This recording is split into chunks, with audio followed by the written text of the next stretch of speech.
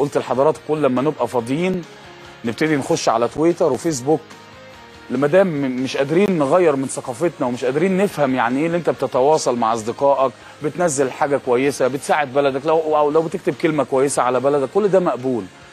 لكن انت النهارده انت مهاجم منتخب مصر ولاعيب متميز في نادي الزمالك، لما تنزل صوره ويحصل فتنه، واحنا مش بصدد، احنا كناش عايزين نتكلم، بس لما لقينا منتشر على الفيسبوك وابتدى الزمالك والاهلي ونفس القصه اللي احنا بنعيشها.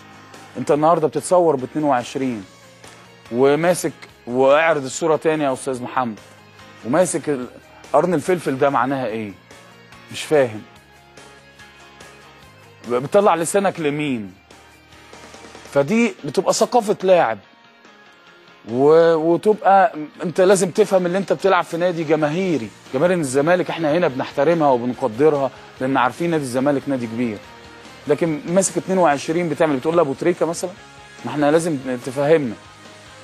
فابو تريكه نجم كبير، اتمنى ان انت تحقق ربع اللي هو حققه، لكن مش قادر اتصور اللي ممكن احنا في الظروف الصعبه دي، واللي احنا بنتكلم دايما لازم كلنا نهدى، واللعيب يبقى عليه التزامات، والاجهزه الفنيه يبقى عليها التزامات، وكمان مجالس الادارات يبقى عليها التزامات في الوقت الصعب اللي احنا فيه.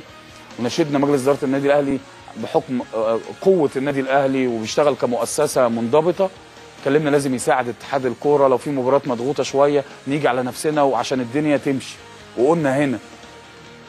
فبالتالي اللعيبه برضو عليها دور، لما تطلع انت بتعمل صوره ونلاقي فتنه بشكل كبير جدا على تويتر وفيس، واللي انا بتكلم دايما كل ما واحد يبقى فاضي يحاول يعمل حاجه تستفز مشاعر الجماهير. فمقصود منها ايه؟ مش فاهمين. فلو انت عقليتك كده وثقافتك كده لازم تغير من نفسك، خصوصا ان انت لاعب واعد ومميز في فريق نادي الزمالك، ومشاركتك مع منتخب مصر قدرت ان انت تجيب هدف، فبتبقى كويسه اللي انت في البدايه تعمل حاجه كويسه. لكن الغريب بعد، ودي العقليه والثقافه اللي احنا بنتكلم عنها، بعد ما تعمل حاجه كويسه بتروح مبوظ الدنيا، تبتدي تعمل امور غريبه. وصدقوني في نوعيه من اللعيبه كان المفروض مكانها الطبيعي بره، لكن عدم الانضباط وعدم الالتزام واخدها كانها هوايه. هم فين دلوقتي؟ اسماء كتير جدا، وخصوصا اللي هم لعيبه متميزه. فعشان كده احنا، ومش عايز باسم يفكر ان انا بهاجمك، انا مش بهاجمك، انا خايف عليك زي ما احنا خايفين على اتحاد كره القدم، زي ما احنا خايفين على المنظومه بشكل عام. ولكن كان مهم جدا ان احنا نقول لك لو لازم تغير من ثقافتك، لازم تعرف ان انت لعيب محترف. الصوره دي استفدت ايه لما ده يدخل يمدح وده يدخل يشتمك؟ استفدت ايه؟ وانا بقول لك هنا 22 دي رقم مميز، كان لابسه لعيب محترم في النادي الاهلي محمد ابو تريكه.